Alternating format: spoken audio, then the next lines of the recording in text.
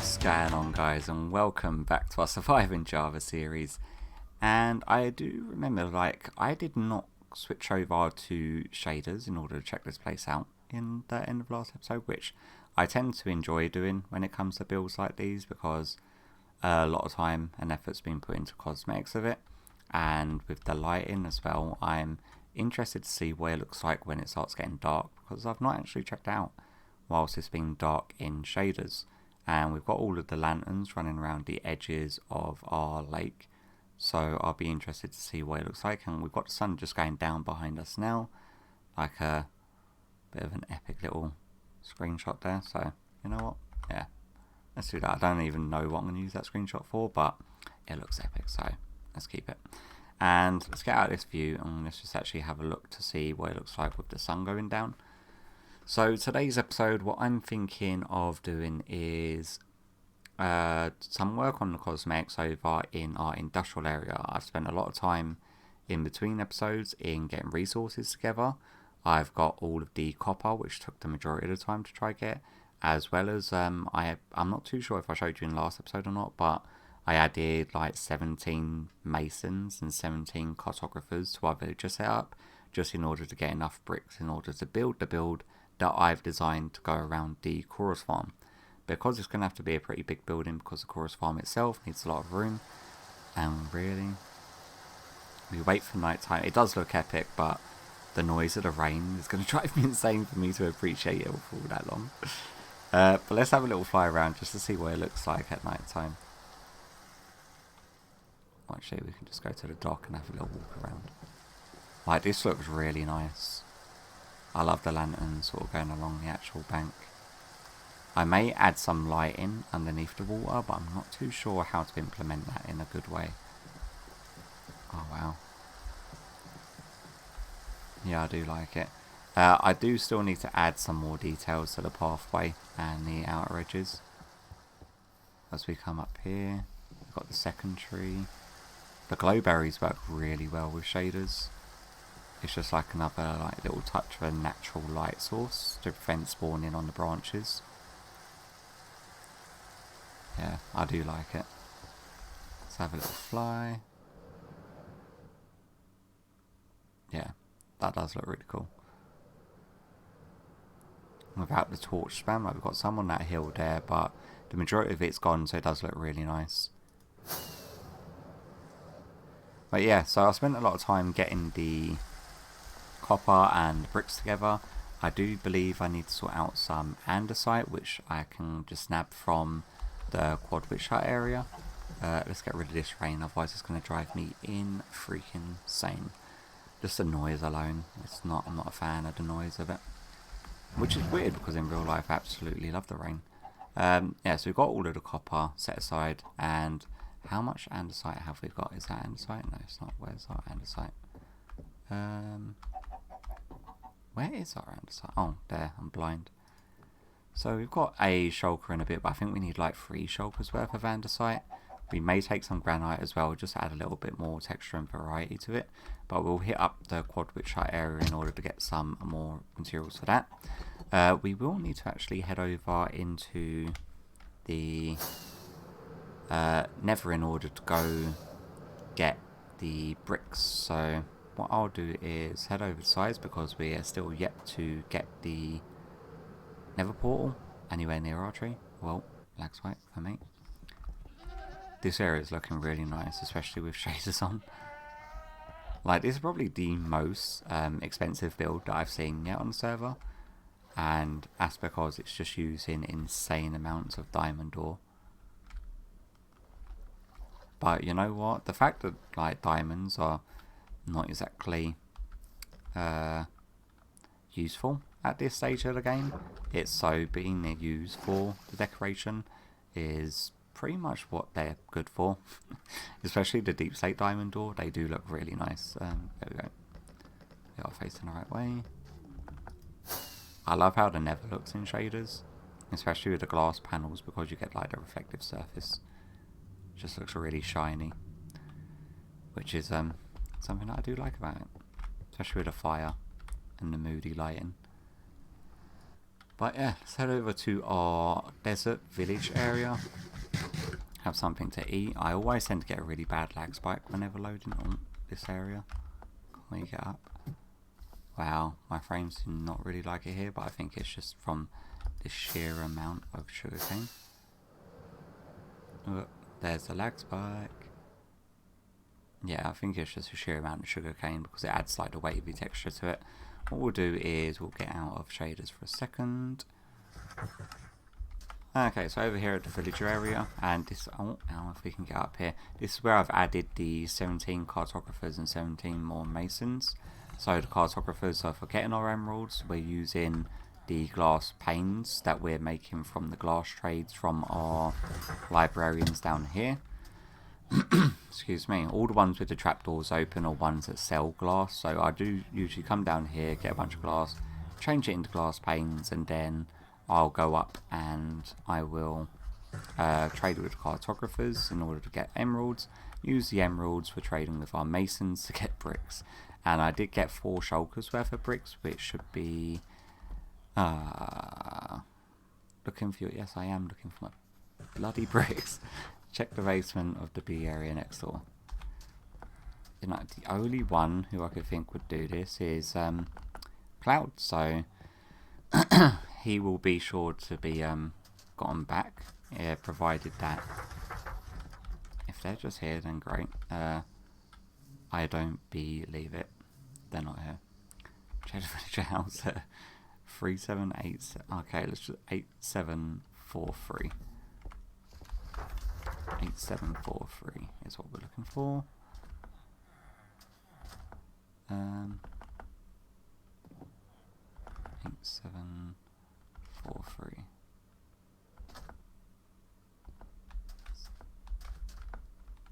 Okay, so it's definitely not here. Oh, I'm going the wrong way, aren't I? So it'll be 8743 in this direction.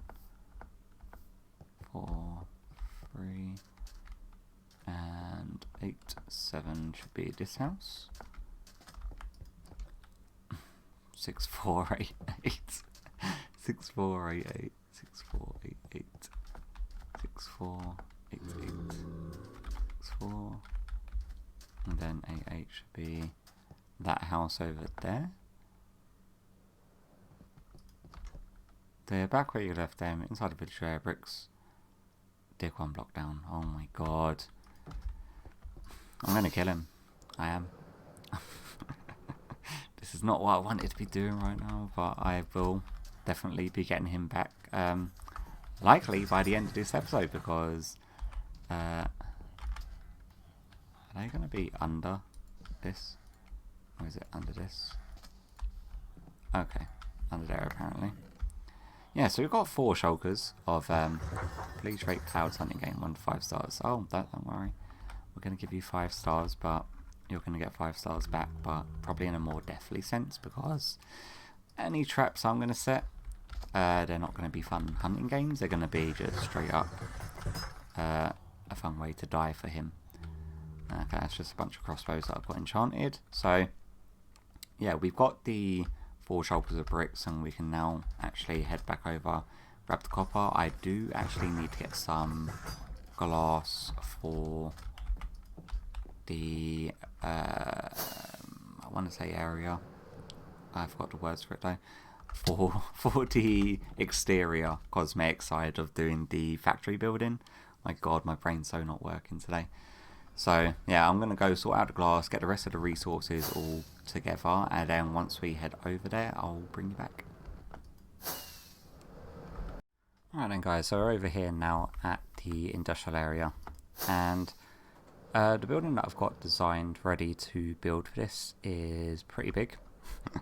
It's nearly double the height of what the actual chorus farm is, and that's just in order to give me enough room to work with, because I do want to hopefully put a smelter above the actual farm. So I want the items to probably get funneled down and then an elevator to take it up to get auto smelted, because the raw fruit have very little use, well, next to no use actually. I'm fairly sure that everything using them needs to be done, I'm fairly sure you can eat these, but yeah. Besides that functionality of them, you have to cook them to do anything, including make end rods, which is probably our main use for them. But I've got all of our resources sort of laid out here, and it is a lot of resources. We've got a bunch of stone, a bunch of andesite, got some acacia wood, granite. The acacia wood I almost forgot. There's also 2 stacks of red sandstone, which I completely forgot that I need. We've got copper, and actually, you know what, before I forget, because all of this copper needs to be waxed, and I have not done any of it yet, so let's just go make sure that we don't click on the other variant, because that would be bad news. That's probably like the last thing we want. Wax block. Anymore? Okay, that's all them waxed. Sweet. Yeah, otherwise I'd forget, I'd place them and then they'd start changing, and then I'd have to tear them up in order to... Actually, you can just scrape them, can't you, with the axe, so I could have just done that. We've got some smooth stone, which we're definitely going to need. We're probably going to need more smooth stone than that. So what I will actually do is, whilst we're over here, is just start smelting up some more stone into smooth stone, because we're going to need that. And then let me get our stone cutter out, because we're going to need that quite a lot in order for cutting our bricks. We've got an absolute ton of bricks as well, because we had a full shulk left over from our project beforehand. So we are definitely stocked up on bricks well enough. So yeah, looks like we could just get cracking and get building this thing. So I guess I'll catch you after the time lapse.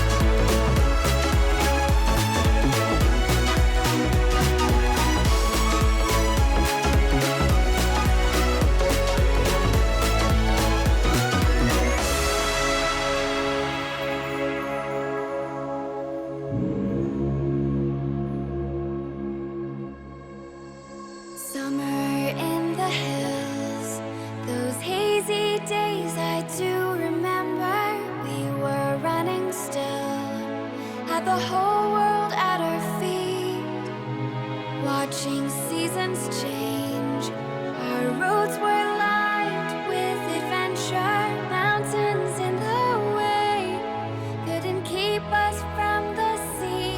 Here we stand, open arms. This is home where we are, ever strong in the world that we made. I still hear you in the breeze, see your shadows in the trees, holding on, memories never change.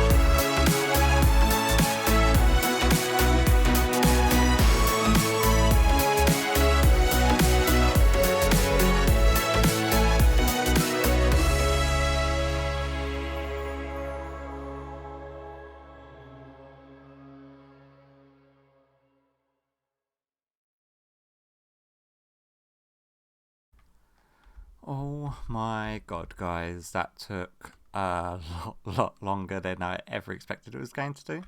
Total build time of, I think it was a total of like 13 or 14 hours. So yeah, it took a lot longer. Mainly just because of the sheer sort of complexity of the placement of the blocks, with all of the walls and the slabs and the stair variants on different angles, and then block swapping. Then it took like an extra 3 or 4 hours just trying to get this toxic fallout for running into the river done, because I wasn't happy with it when I first done it, so I had to do block swapping all down the sides of it. So if we go land down here, yeah, so we've got it going all the way through, and then sort of like around about 7 or 8 layers deep with air gaps in between. And we've added like magenta as well as pink stained glass in the mix of it, like a few layers below, just to make it look a little bit more sludgy. So we've got the toxic fallout, and we've gone obviously with purple because it's a purple plant rather than any other colour. Like obviously I would much prefer this to have been like a blue or a green, but blue doesn't really work all that well considering it doesn't make sense. But with it being a purple factory, it's the whole reason that I've gone for the purple beacon beams. But we can have a little fly around and have a quick look at it. So we've got the pipes coming out of the main central tower running into the factory bases. Initially in my first design, one of these sides did have smokestacks on, but it didn't look that great with the central building being as tall as the smokestacks, and you can't really make smokestacks that much bigger because it would have just looked really out of proportion. But I am pretty happy with the way that the buildings turned out, although it took a lot longer than I thought it was going to do. The resources involved was massive, like the piping coming out. The corner blocks were initially copper when I first done it, and it did look really nice, but yeah, the copper usage alone in this build was like over 9 stacks of copper blocks, and that is literally purely for the highlights. So like just underneath the actual windowsills, you've got them tiny little strips of copper, and they go on every single side. So if we just can we land? Yeah, so it's just like a tiny little highlight block just to add a sort of metallic feel to the factory, just to give it that little bit of authenticity. And then we've got all of the lightning rods, and we've got the main big lightning sort of aerial tower in the middle. And one key thing to remember is that these lightning rods are, well, next to useless, because we're in a, what is it, I was going to say tundra. This isn't a tundra. It's not a mesa. It's a savanna. Yeah, we're in a savanna, and lightning doesn't strike in savannas. Also got the copper strips coming down on each side as well, which use up some copper. There's not a lot of copper used in the top tower though, and the whole reason that I've done the top tower is because eventually I do want to put a smelter up top in order to smelt in all of the purple, and that should hopefully have it all confined into one factory building, the sort of production and manufacturing of the purple blocks rather than just the actual purple farm itself. And in the time lapse, I also done obviously a bunch of work after I finished doing the time lapse, and that is mainly around the toxic fallout area around here, doing all of this. Like I think I caught some of this, but then all of the block swapping and all of the exterior and the terrain around it, I had to tidy up and sort of make look worn away. Over here is where we've got our entrance. We're going to have the portal up over on this side.